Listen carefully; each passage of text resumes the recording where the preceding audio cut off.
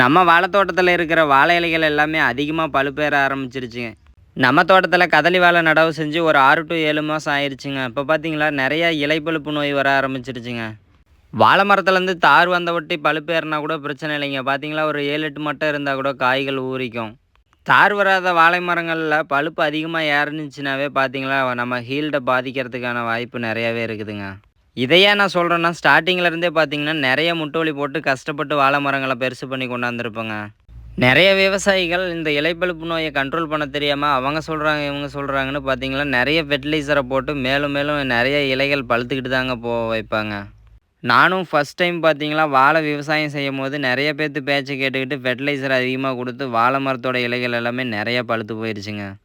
முக்கியமாக நம்ம தோட்டத்தில் வாழை இலைகள் பழுப்பேற ஆரம்பிக்கும் போது ஃபெர்டிலைசர் கொடுக்கறத நிறுத்திடணுங்க. இல்லைன்னா நிறைய இலைகள் பழுப்பேறிக்கிட்டே தாங்க இருக்கும். இதுக்கு மேலேயும் நம்ம தோட்டத்தில் இருக்கிற வாழை இலைகள் பழுக்காமல் இருக்கிறதுக்காக தாங்க இந்த மருந்தை நம்ம ஸ்ப்ரே பண்ண போகிறோம். இந்த மருந்தோட நேம் உங்களுக்கு வேணும்னா மறக்காமல் கமெண்ட் பண்ணுங்கள். நல்ல ரிசல்ட் இருக்குதுங்க. இந்த வீடியோவை வாழை விவசாயம் பண்ணுற உங்கள் ஃப்ரெண்ட்ஸுக்கு ஷேர் பண்ணி விடுங்க.